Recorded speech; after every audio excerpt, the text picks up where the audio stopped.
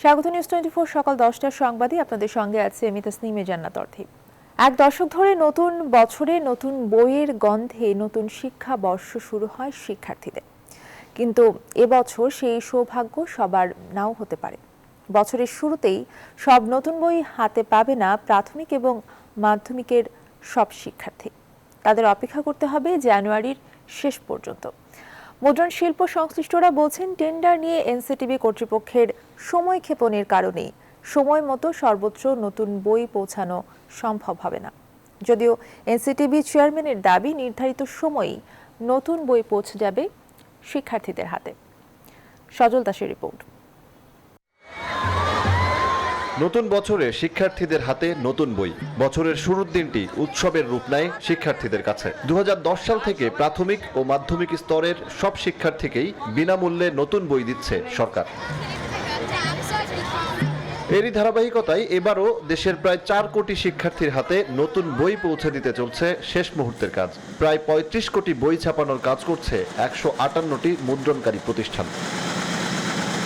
মুদ্রণ শিল্প সংস্থার তথ্য অনুযায়ী এবছর সময় বিবেচনায় লক্ষ্যমাত্রা পূরণে অনেকটাই পিছিয়ে বই ছাপার কার্যক্রম, যে কারণে নতুন বছরের শুরুতেই সব শিক্ষার্থীর কাছে পৌঁছবে না সব নতুন বই।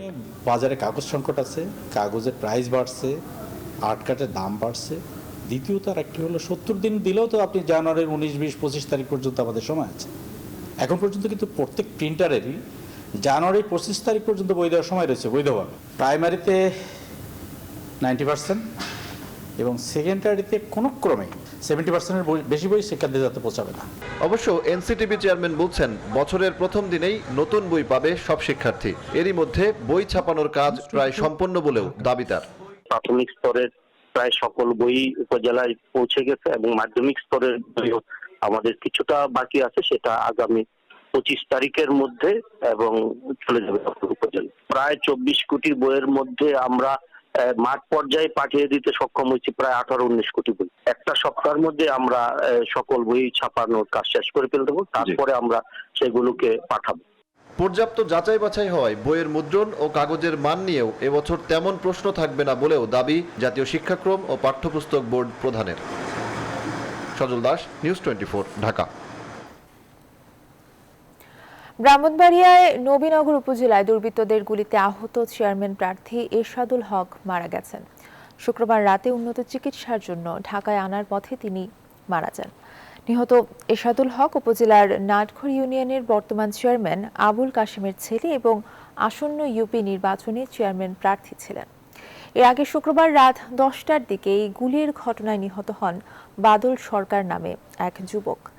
স্থানীয়রা জানান, ওই ইউনিয়নের কুড়িঘর বাজারে আয়োজিত ওয়াজ মাহফিল থেকে মোটর সাইকেলে করে বাড়ি ফেরার সময় কয়েকজন দুর্বৃত্ত গুলি ছুড়লে চালকের আসনে থাকা বাদল প্রথমে গুলিবিদ্ধ হয়ে মাটিতে লুটিয়ে পড়ে ঘটনাস্থলেই মারা যান। দুর্বৃত্তরা এ সময় পেছনে বসা এরশাদকে লক্ষ্য করে গুলি করে।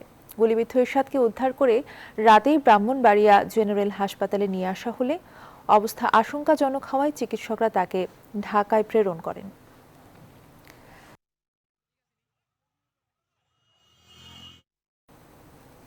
এদিকে ঝিনাইদহের শৈলকুপায় পঞ্চম ধাপে নির্বাচনকে ঘিরে সারটিয়া ইউনিয়নে স্বতন্ত্র এবং নৌকা প্রতীকের চেয়ারম্যান প্রার্থীর সমর্থকদের মধ্যে সংঘর্ষ হয়েছে। শুক্রবার রাত 8টায় এই ঘটনা ঘটে। এ সময় 7টি মোটরসাইকেল এবং একটি বাড়িতে আগুন দেওয়ার পাশাপাশি ভাঙচুর চালানো হয় অন্তত 30টি বসত ভিটায়। এ ঘটনায় অন্তত 30 জন আহত হয়েছেন।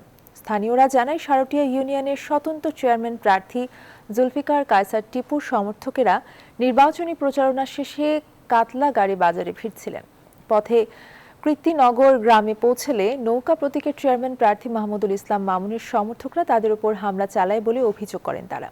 এরপর টিপুর সমর্থকরা ওই ইউনিয়নের ভুলন্দিয়া, কৃষ্ণনগর, পুরাতন বাকরবা, ছোট মৌকুড়ি গ্রামে নৌকা প্রতীকের সমর্থকদের একটি বাড়ি পুড়িয়ে দেওয়া সহ 30টি বসত ভিটায় হামলা এবং ভাঙচুর করে।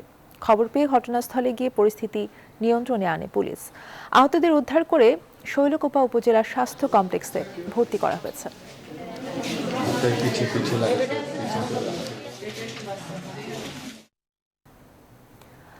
আন্তর্জাতিক অভিবাসী দিবস আজ।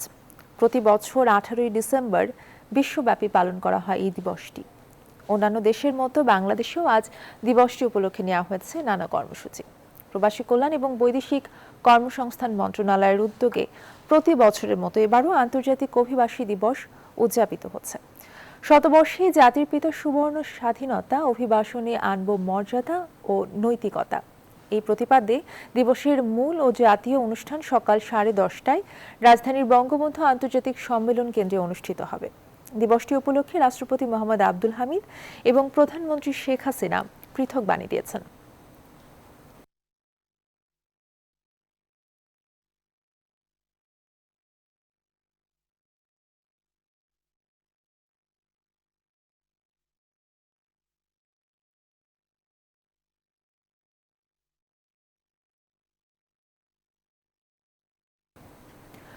ষাট বছরের বেশি বয়স এমন শতকরা 37 জন এখনো কোনো টিকাই পাননি।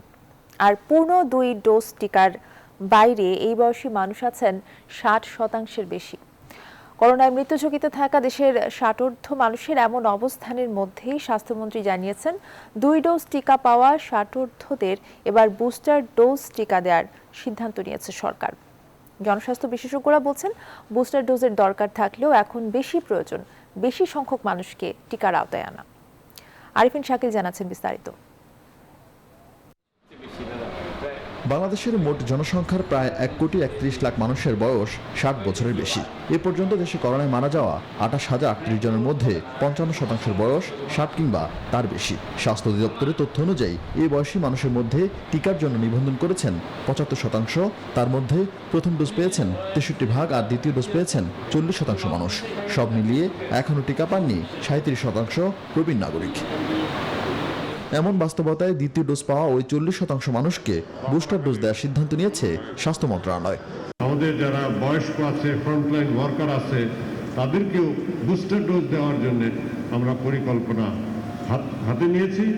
এমনিতে 60 কিংবা তার সাথে বেশি মানুষ নানা রোগে আক্রান্ত থাকেন। প্রবীণ নাগরিকদের দ্রুত টিকা আওতায় আনা না গেলে দেশে বড় ধরনের ঝুঁকি তৈরি হবে জানিয়ে জনস্বাস্থ্যবিদ বেনজির আহমেদ বলছেন, এক্ষেত্রে মাঠ পর্যায়ে স্বাস্থ্যকর্মীদের দায়িত্ব দিতে হবে।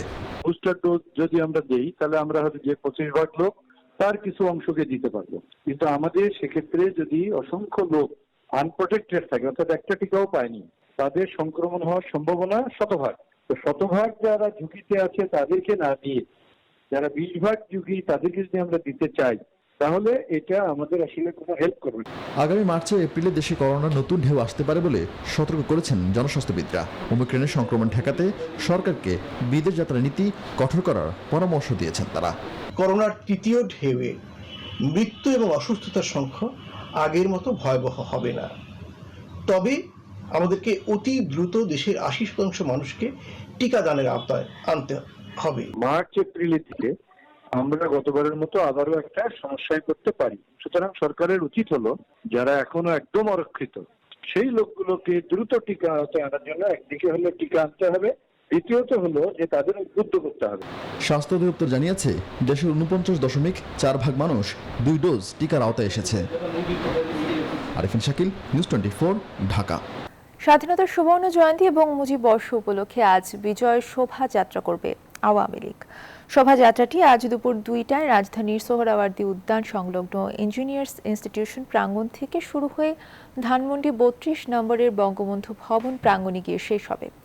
কর্মসূচিতে রাজধানী ঢাকার বিভিন্ন প্রান্তের আওয়ামী লীগ ও সহযোগী সংগঠন সমূহের সর্বস্তরের নেতাকর্মীরা অংশ নেবেন।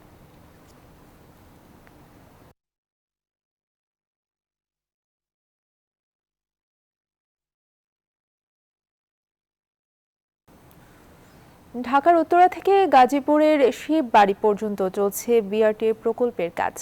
কাজের ধীর গতির কারণে যানজটের ধকল পোহাতে হচ্ছে এই পথে চলাচলকারীদের।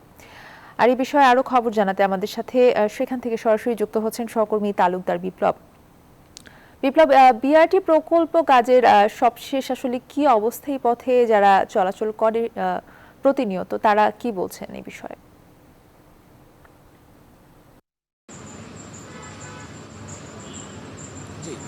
আসলে যেটি বলছিলেন যে ঢাকা ময়মনসিংহ যে সড়কটি রয়েছে সেই সড়কটি যে উত্তরা থেকে গাজীপুরের চৌরাস্তা পর্যন্ত আপনার চন্দনা চৌরাস্তা পর্যন্ত যে যানজটের যে ভোগান্তি সেই ভোগান্তি কিন্তু মোটামুটি শুরু হয়েছে এই বিআরটির বাস র্যাপিড ট্রানজিট বিআরটি প্রকল্প শুরু হওয়ার পর থেকেই।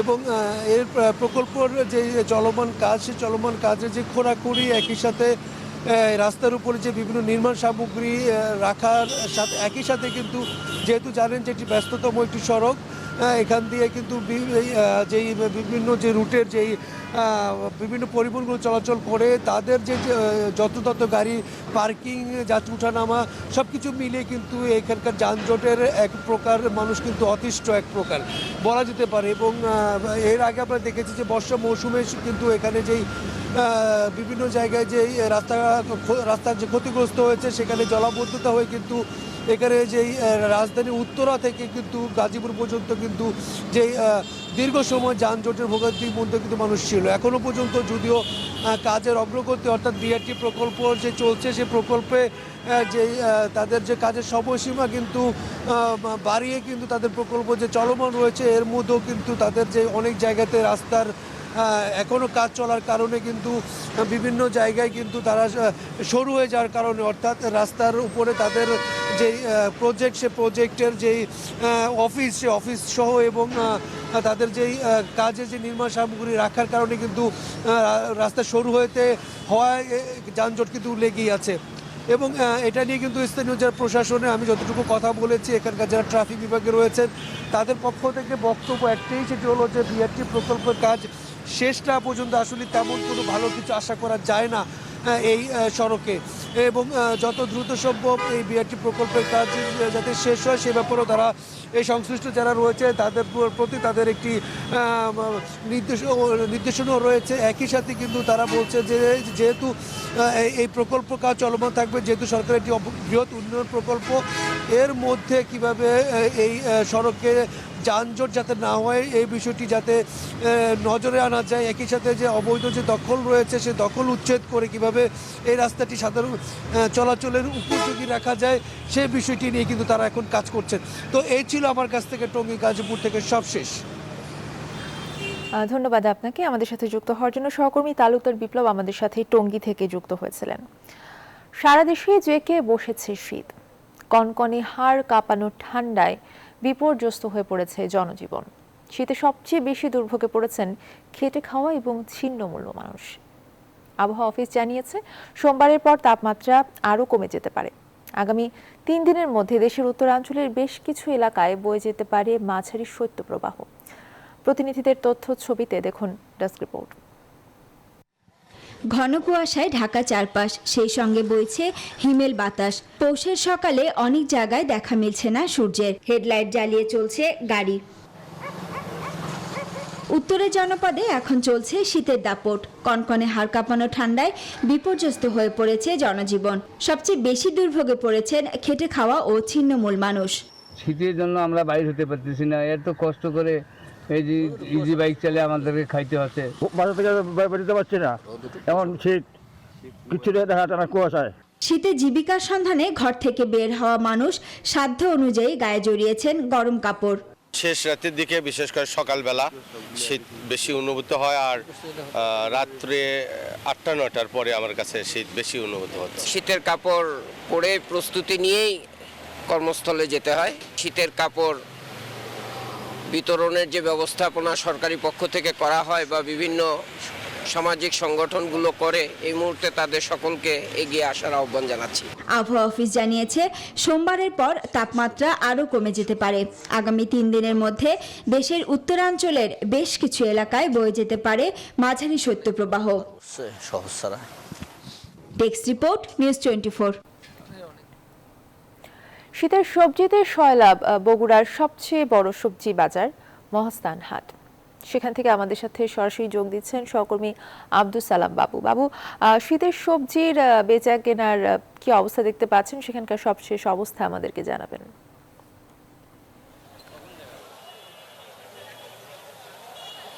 অর্থী সকাল থেকেই বিকেল পর্যন্ত এই হাটে বেচাকেনা হয়। বগুড়ার এই মহাস্থান হাটটি উত্তরাঞ্চলের সর্ববৃহৎ হাট এবং এখানে আশেপাশের বিভিন্ন উপজেলা থেকে চাষিরা তাদের উৎপাদিত পণ্য নিয়ে আসেন বেচাকেনা করতে এবং শীতকালীন সবজিতে ভরপুর কিন্তু বগুড়ার মহাস্থান হাট।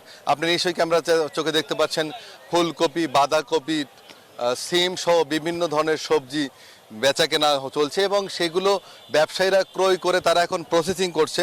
এই সবজি যাবে বগুড়া থেকে ঢাকা, চট্টগ্রাম, সিলেট, ফেনী, মৌলভীবাজার সহ দেশের বিভিন্ন জেলায় এবং এখান থেকে যাতায়াতের কারণে পরিবহন খরচ সহ খাজনা খরচ সহ বিভিন্ন কারণেই কিন্তু দাম বেড়ে যাচ্ছে বলে জানায় আমাদের এখানকার ব্যবসায়ীরা।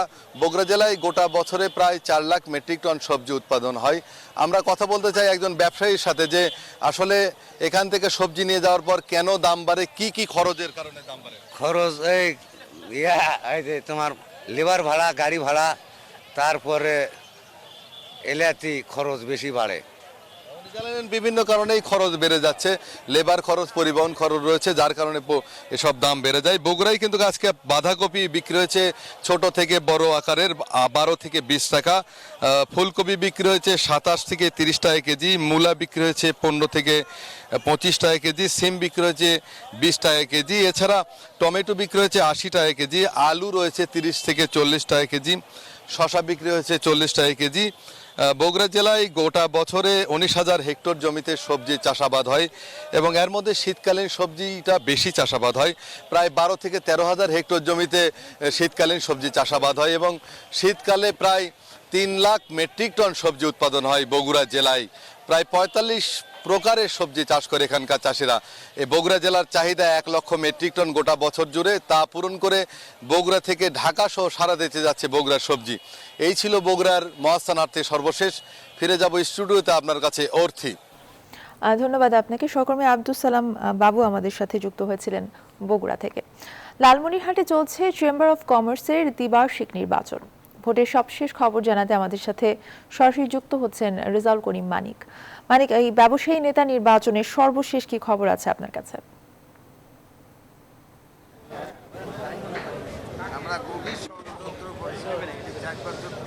আপনাকে ধন্যবাদ। আপনাকে যদি বলি যে সকাল 9টা থেকে লালমনিরহাট চেম্বার অফ কমার্সের এই নির্বাচন শুরু হয়েছে। এই নির্বাচনে 37 জন প্রার্থী প্রতিদ্বন্দ্বিতা করছেন এবং 985 জন ভোটার তাদের ভোটাধিকার প্রয়োগ করবেন। তবে খুব উৎসাহ উদ্দীপনার মধ্য দিয়ে কিন্তু এই ভোট গ্রহণ চলছে। আমরা যদি এই ভোট কেমন হচ্ছে একটু প্রতিক্রিয়া জানার জন্য অর্থাৎ বাবু কবির শাহ আলম প্যানেলের যিনি রয়েছেন শাহ আলম ভাই, একটু আপনার সাথে কথা বলতে চাই যে ভোট কেমন দেখছেন? আসসালামু আলাইকুম। ইনশাআল্লাহ আল্লাহ রহমত সকাল থেকে খুব শান্তিপূর্ণভাবে আমাদের চেম্বার অফ কমার্সের দুই প্যানেলেরই শান্তিপূর্ণভাবে ভোট হচ্ছে। এই আশা করি সারাদিন একই সুন্দরভাবে আমরা ভোট গ্রহণ করতে পারবো, এটা আশাবাদী আমি ইনশাআল্লাহ। অসংখ্য ধন্যবাদ। আমরা কথা বলছিলাম শাহ আলমের সাথে। একটু আপনার সাথে কথা বলতে, আপনি একটা প্যানেলে নির্বাচন করছেন, তো নির্বাচন কতটা সুষ্ঠু হবে বলে আপনি মনে করেন? ধন্যবাদ নিউজ 24। আমি সিরাজুল মোকশেদ পরিষদের পক্ষ থেকে প্রার্থী, অ্যাসোসিয়েট প্রার্থী। ভোট আশা করতেছি খুবই সুন্দর হবে। আমাদের সকাল 9টায় ভোট শুরু হয়েছে, এখন পর্যন্ত খুব সুন্দর ভোট হচ্ছে। আমরা আশা করি ব্যবসায়ীদের শীর্ষ সংগঠন লালমনিরহাট চেম্বার অফ কমার্স খুব সুন্দরভাবে ভোট হচ্ছে এবং আমরা জয়ী ব্যাপারে আশাবাদী। জয়। ধন্যবাদ। একটু আপনার প্রতিক্রিয়া জানতে চাই যে নির্বাচন কতটা সুষ্ঠু হচ্ছে বা কিভাবে হচ্ছে? ইনশাআল্লাহ খুব সুন্দর নির্বাচন হচ্ছে। আমরা সকলেই ভ্রাতৃত্বপূর্ণ সম্পর্কের মধ্যে দিয়ে ভোট পরিচালনা করছি এবং শেষ পর্যন্ত সুন্দর থাকবো। ধন্যবাদ। একটু আপনার সংক্ষিপ্ত প্রতিক্রিয়া জানতে চাই যে কেমন পরিবেশ দেখছেন নির্বাচন? পরিবেশ অত্যন্ত সুন্দর এবং সুষ্ঠু পরিবেশে আজকের এই নির্বাচন হচ্ছে লালমনিরহাট চেম্বার অফ কমার্সে। যুক্তরাজ্যে টানা তৃতীয় দিন করোনা ভাইরাসে দৈনিক শনাক্তের রেকর্ড হয়েছে। গত 24 ঘন্টায় দেশটিতে 93,045 জন করোনা রোগী শনাক্ত হয়েছে বলে জানিয়েছে বার্তা সংস্থা এএফপি। বুধবার থেকে যুক্তরাজ্যে শনাক্তের রেকর্ড হচ্ছে। ওই দিন শনাক্তের সংখ্যা ছিল 78,610 জন। বৃহস্পতিবার সেই রেকর্ড ভেঙে যায় 88,376 জন আক্রান্ত হলে এবার শনাক্ত 93,000 ছাড়িয়ে গেল। ইম্পেরিয়াল কলেজ লন্ডনের এক গবেষণায় দাবি করা হয়েছে করোনা ভাইরাসের ওমিক্রন ভ্যারিয়েন্টে পুনরায় সংক্রমিত হওয়ার ঝুঁকি ডেল্টার তুলনায় 5 গুণ বেশি। এছাড়া আগের ভ্যারিয়েন্টগুলোর তুলনায় রোগ মৃত্যু হওয়ার কোনো ইঙ্গিত পাওয়া যায়নি। এদিকে ডেল্টা ভ্যারিয়েন্টের ক্ষেত্রে সুরক্ষার হার 97% হলেও ওমিক্রনের মারাত্মক প্রভাব থেকে বাঁচাতে বুস্টার ডোজ 80 থেকে সর্বোচ্চ 85% পর্যন্ত কার্যকর বলে গবেষণায় দেখেছেন যুক্তরাজ্যের গবেষকরা। এদিকে ভারতের টিকা উৎপাদনকারী প্রতিষ্ঠান সিরাম ইনস্টিটিউট অফ ইন্ডিয়া ও মার্কিন ওষুধ নোভোভ্যাক্সের উৎপাদিত করোনা টিকা কোভোভ্যাক্সকে জরুরি প্রয়োজনে ব্যবহারের জন্য ছাড়পত্র দিয়েছে বিশ্ব স্বাস্থ্য সংস্থা।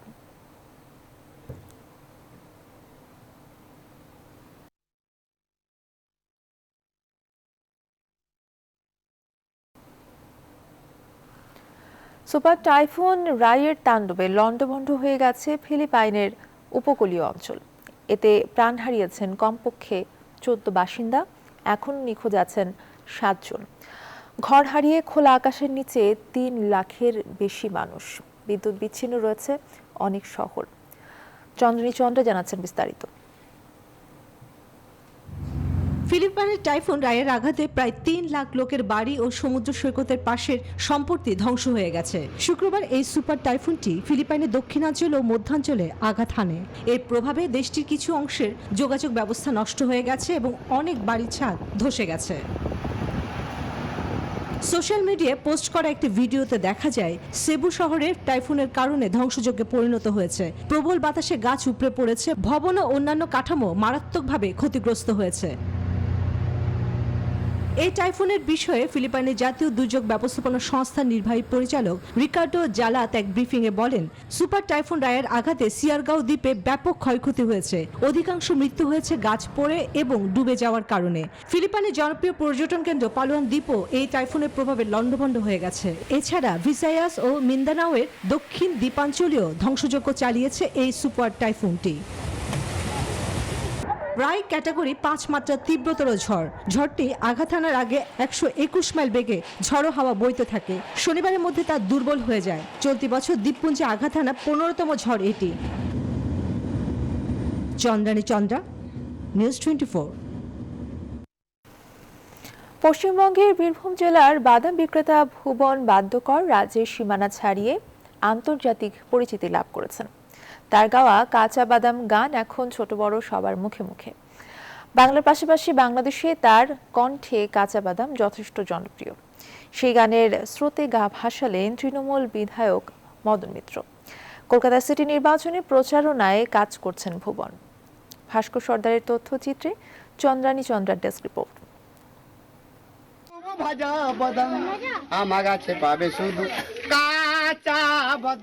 সম্প্রতি কলকাতায় এসেছেন কাঁচা বাদাম গানের স্রষ্টা দুবরাজপুরের বাদাম বিক্রেতা ভুবন বাদ্যকর। তার গানের রেকর্ডিং হচ্ছে শহরের একটি স্টুডিওতে। গানের অ্যালবামের রেকর্ডিং এর মাঝেই ভুবনের সঙ্গে দেখা করলেন তৃণমূলের মদন মিত্র। মদন নিজ হাতে ভুবনকে খাইয়ে দেন কাঁচা বাদাম। সেই সঙ্গে নিজের বেতন থেকে 20,000 রুপি ভুবনকে দেবেন বলে প্রতিশ্রুতিও দিলেন। তবে শুধু টাকা দেওয়াই নয়, 144 কেজি কাঁচা বাদামের অর্ডারও দিলেন মদন মিত্র। 19 ডিসেম্বর কলকাতার সিটি নির্বাচন। কলকাতায় সিটি ভোট হবে 144টি ওয়ার্ডে। মদন মিত্রের দাবি কলকাতার 144টি আসনই পাবে তাদের দল। তাই প্রত্যেক ওয়ার্ডে 1 কিলো করে কাঁচা বাদাম পৌঁছে যাবে দলীয় কর্মী সমর্থকদের কাছে। তবে ভোটের ফল ঘোষণার আগেই কাঁচা বাদাম খেয়ে সেলিব্রেশন করেন তৃণমূল কর্মী সমর্থকরা। বীরভূমের করালজুড়ি গ্রামের বাসিন্দা 55 বছর বয়সী ভুবন বাদ্যকর গত 12 বছর ধরে বাদাম বিক্রি করছেন। সংসারে স্ত্রী ও 2 ছেলে রয়েছে। মেয়ের বিয়ে হয়েছে, তবে অভাবের সংসারে তাকে কিছু সাহায্য করতে হয়। ঝাড়খণ্ড, বর্ধমান, বীরভূমে ঘুরে ঘুরে বাদাম বিক্রি করতেন গায়ক বাদামওয়ালা। তবে এখন তিনি জনপ্রিয়। বাদাম বিক্রি লাটে উঠেছে। সম্প্রতি নিজের লেখা গান অ্যালবাম আকারে বাজারে আসছে। তার রেকর্ডিং শুরু হয়ে গেছে। মমতা বন্দ্যোপাধ্যায়কে নিয়েও গান বেঁধেছেন তিনি। চন্দ্রানী চন্দ্রা, নিউজ 24।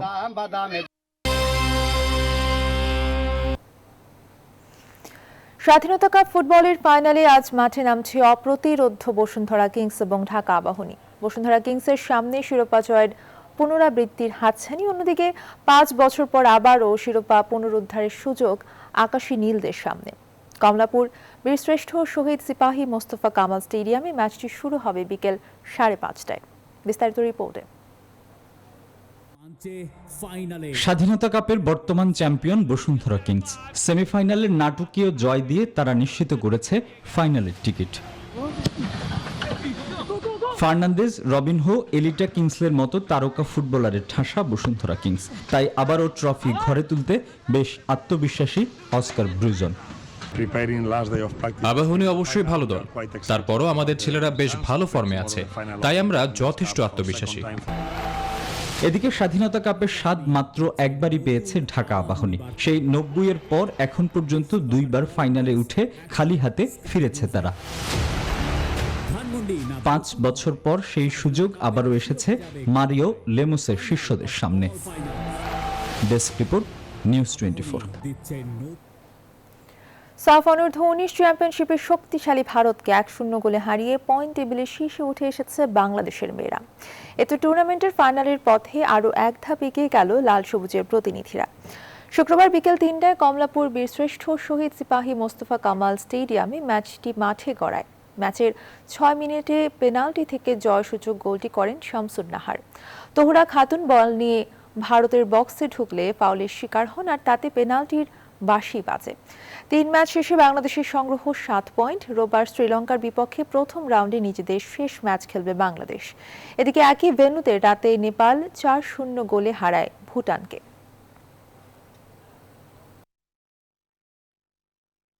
সেটা বল লাইন ক্রস করে এশিয়ান চ্যাম্পিয়ন্স ট্রফি হকিতে নিজেদের তৃতীয় ম্যাচে আজ জাপানের বিপক্ষে মাঠে নামবে বাংলাদেশ। ম্যাচটি মাওলানা ভাসানী জাতীয় হকি স্টেডিয়ামে অনুষ্ঠিত হবে সন্ধ্যা 6টায়। এদিকে গেল দিন নিজেদের দ্বিতীয় ম্যাচেও শক্তিশালী দক্ষিণ কোরিয়ার বিপক্ষে হেরেছে স্বাগতিক বাংলাদেশ। এর আগে আসরে নিজেদের প্রথম ম্যাচে ভারতের কাছে 9-0 গোলে লজ্জার হার দিয়ে আসর শুরু করেছিল বাংলাদেশ। সফরকারী দক্ষিণ কোরিয়ার কাছে এদিন 3-2 গোলে হার মেনেছে গোবিনাথন কৃষ্ণমূর্তির শিশুরা। দক্ষিণ কোরিয়ার বিপক্ষে সর্বশেষ 3 ম্যাচে 23 গোল হজম করেছে এই প্রথম দলটির জালে 2 গোল দিতে সক্ষম হল বাংলাদেশ। ম্যাচ সেরার পুরস্কার পেয়েছেন স্বাগতিক খেলোয়াড় বিপ্লব কুজোর।